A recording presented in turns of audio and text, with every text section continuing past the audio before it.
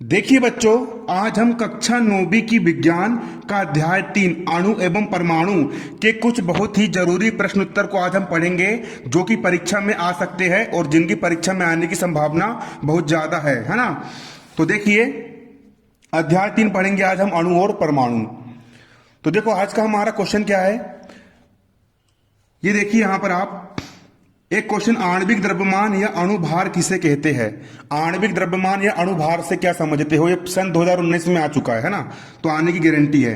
आणविक द्रव्यमान या अणुभार, किसी पदार्थ के अणु में विद्यमान सभी संघटकों परमाणु के द्रव्यमानों का योग उस पदार्थ का आणविक द्रव्यमान कहलाता है।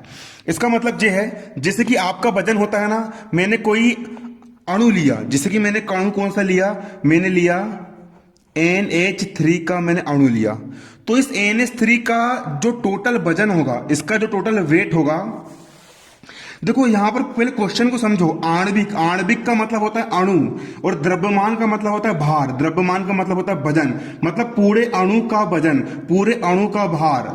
आप इससे क्या समझते हो, पूरा अणु, जैसे कि ये अणु है, ये पूरा क्या है आपका, यहाँ पर ये अणु है। NH3 हमारा यहाँ पर क्या है, ये पूरा का पूरा अणु है। इस अणु का भार क्या होगा, इस अणु का द्रव्यमान क्या होगा।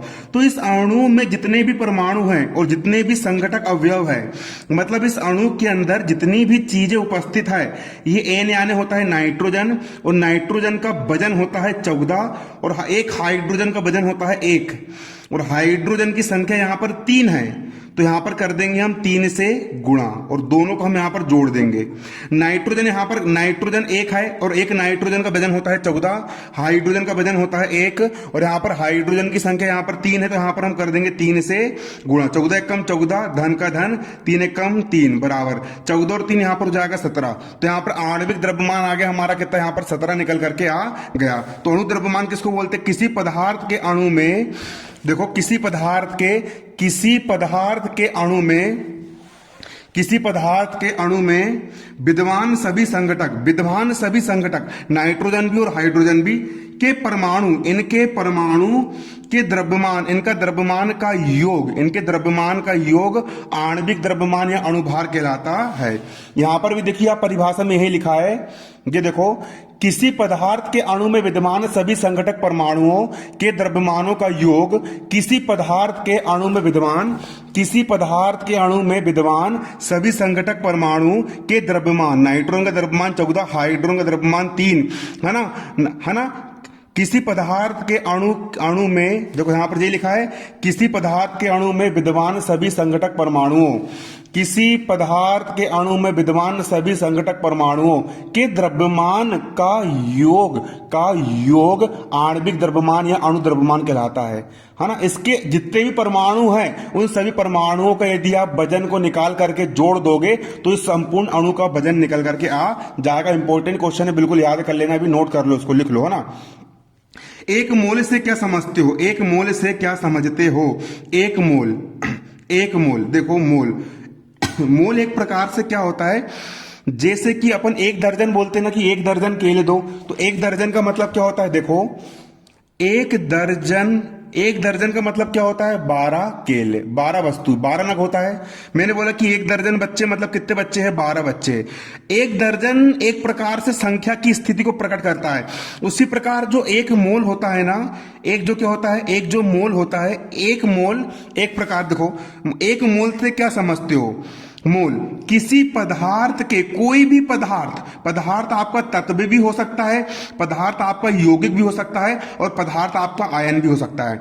तो एक किसी पदार्थ, चाहे वो तत्व हो, यौगिक हो या आयन हो, उसके कितने कण, 6.022 गुणित 10 की घात 23 कण, 6.022 गुणित 10 की घात 23 कण, 6.022 गुणा 10 की घात 23 कणों को एक मोल कहते हैं। मोल भी एक प्रकार से संख्या को प्रकट करता है। किसी भी पदार्थ के कितने कण, 6.022 गुणित 10 की घात 23 कण, 6.022 गुणा 10 की घात 23 कण, 6.022 गुणा 10 की घात 23 कण, 6.022 गुणा 10 की घात 23 कण को एक मोल कहते हैं। तो मोल किसको बोलते हैं, मोल। एक मोल से क्या तात्पर्य, तो मोल जो होता है, मोल किसी पदार्थ में तत्व भी हो सकता है, पदार्थ यौगिक भी हो सकता है, और पदार्थ आयन भी हो सकता है।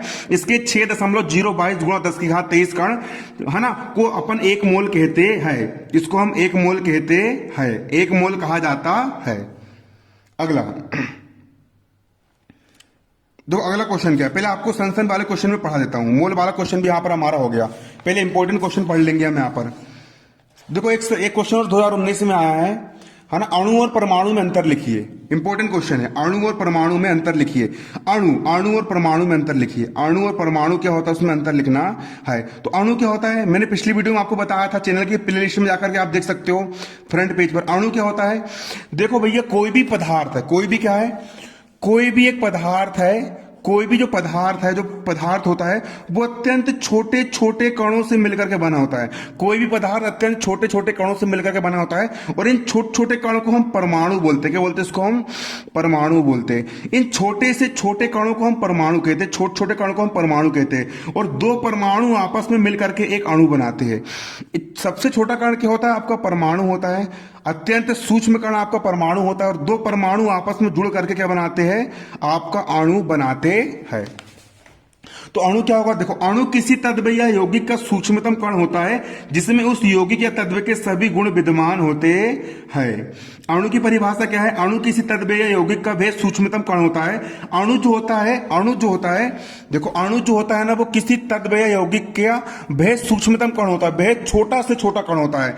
अणु जो होता है वह छोटा से छोटा कण होता है, जिसमें मतलब अणु में उस परमाणु या तत्व या यौगिक के सभी गुण विद्यमान होते हैं। सभी गुण क्या होते हैं, विद्यमान होते हैं, उसको हम अणु कहते हैं। उसको हम क्या कहते हैं, उसको हम अणु कहते हैं। ये हमारा अणु या एटम होता है, इसको हम अणु कहते हैं। और परमाणु क्या होता है, परमाणु किसी तत्व या यौगिक का भेद सूक्ष्मतम कण होता है जिसमें उस तत्व के सभी गुण विद्यमान होते हैं। परमाणु में सिर्फ तत्व के सभी गुण विद्यमान होंगे, और अणु में यौगिक के भी संपूर्ण। दोनों की परिभाषा बिल्कुल सेम है, आप सेम लिख सकते हो। अगला, अणु स्वतंत्र रूप में अस्तित्व में रह सकता है, क्योंकि देखो, जो एक परमाणु अकेला घूमेगा ना, तो कोई भी इसको पकड़ लेगा, और पकड़ करके, है ना, किसी से भी क्रिया कर लेगा।